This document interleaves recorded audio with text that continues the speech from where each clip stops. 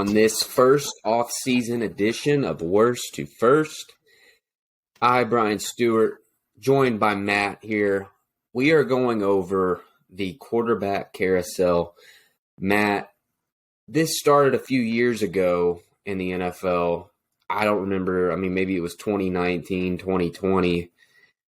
And they started calling it quarterback carousel because at the time it was like the first off season where it seemed like there were all these musical chairs floating around, not really sure where one guy would land or the other. But what we've kind of come to see is that this is an annual thing now. And, without going too deep into the what and the why, I really think it's just teams have figured out that they have to be very careful about how much they pay these guys, whether it be someone they want to keep as a draft pick or somebody outside the franchise who they're trading for or signing.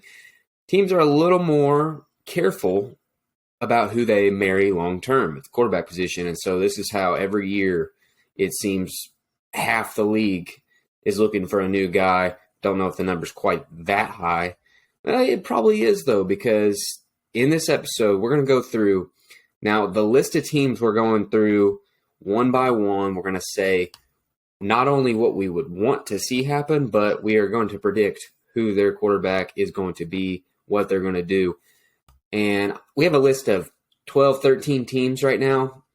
But honestly, there are others who are going to come up in the conversation who are equally, uncertain on where they go from here. So we start with arguably the most interesting, most talked about franchise right now in the quarterback market, and that's the New York Jets. These fans are desperate to see this team make the playoffs again.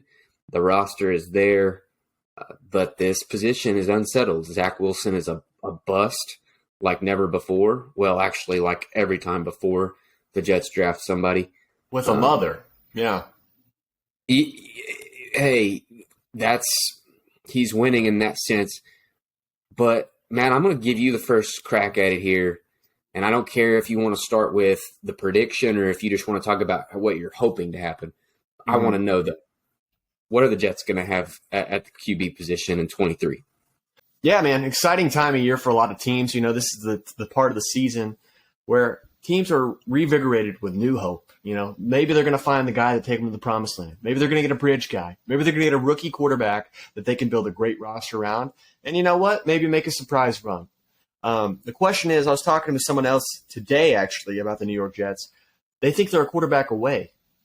They were fourth place in that division. Do you think the quarterback was all the issue for them? If they get a solid guy, just a decent guy, above average, are they a postseason team? Are they an AFC championship type team? Maybe Super Bowl? Hell, I don't know. They are if the defense is what it was last year. And that's the thing that I think people are glossing over is very rarely do you have a top defense that transforms across multiple years. Usually those units take a step back. Now, not always. You have those borderline legendary teams, the Seahawks from years ago. They kept it together for a while. But I don't know that we can put the Jets on that platform just yet. But they might get there. And that's where it's like, yeah, if their defense comes back and they're a top 3 unit again, and statistically maybe the number 1 defense, then yeah, they're a quarterback away from being right there with the top teams in the AFC, because this year the quarterback play was so damn bad and frankly is the reason they were last place in a very good division, which is a whole other topic. Like that division, I don't think it's getting any easier necessarily either. If anything, it might become more clustered. Buffalo maybe pulls back a smidge. They rise up, the Jets, the Patriots. It could get hairy.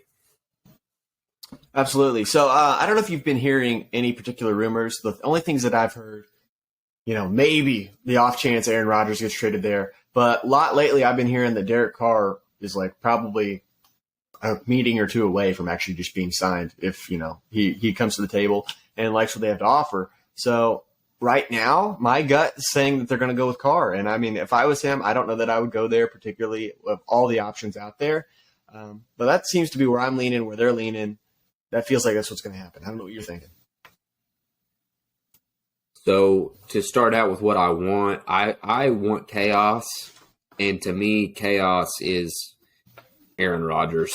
Goes to the New York market where his personality just does not mesh. But even though I want that, I really don't see that happening. We'll get into it more later. I am going with my gut, and that is typical New York Jets fashion. A massive, shitty letdown where they end up with Jimmy Garoppolo as their starting quarterback. Jimmy Garoppolo signs. It's not flashy, but they get excited because it's so much better than they had last year with Zach Wilson, Mike White. So it's one of those things like it's a big step up, but it's a letdown in the sense that I know Jets fans right now are clamoring for Carr or Rodgers. I think they come up empty. They don't get either of them. So if you're a Jets fan, are you bummed out? So you think they're bummed out by that? Like, man, I wanted Derek Carr instead. I do, because Carr, at least, not only do I think he's a better player than Jimmy, but I think he can stay healthy. Like, my whole gripe with Garoppolo is how can you sign that player and think that he's going to make it through a full season? There's no evidence that suggests you can confidently feel that way. And that's where it's going to be disappointing, because if you're a Jets fan, you know at some point Zach Wilson is going to play again. And maybe there are some who still have hope for him. I'm not one of them. I think that his days in New York really need to be over before the next season starts. Yeah, no, I think you're pretty spot on there. I can't rebuttal that too much. Yeah, Derek Carr. I mean, I've grown to kind of respect the guy. I mean, I don't really know why, considering what he puts on the field half the time. But I think he's a solid quarterback. Who knows? Maybe he can get him to the postseason and over the hump. We'll see.